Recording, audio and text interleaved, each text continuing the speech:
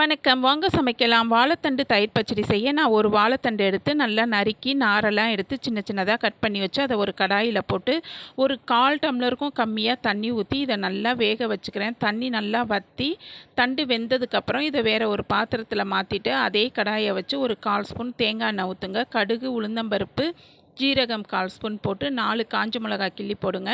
பச்சை மிளகாய் வேணுனாலும் பச்சை மிளகாய் போட்டுக்கலாம். கொஞ்சமாக கருவேப்பிலை போட்டுட்டு ஒரு பெரிய வெங்காயம் கட் பண்ணி போட்டிருக்கேன். அதையும் போட்டு நல்லா வதக்கிட்டு கொஞ்சமாக பெருங்காயத்தூள், கொஞ்சமாக சால்ட்டு போட்டு நல்லா வதக்கிட்டு நம்ம வேக வச்சுருந்த வாழைத்தண்டில் இதை போட்டு நல்லா கிளறி விடுங்க.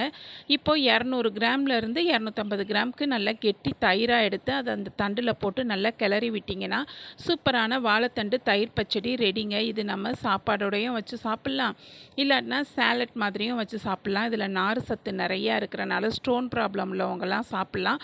உடம்புக்கும் ரொம்ப குளிர்ச்சி. கண்டிப்பாக எல்லாரும் செஞ்சு சாப்பிடுங்க.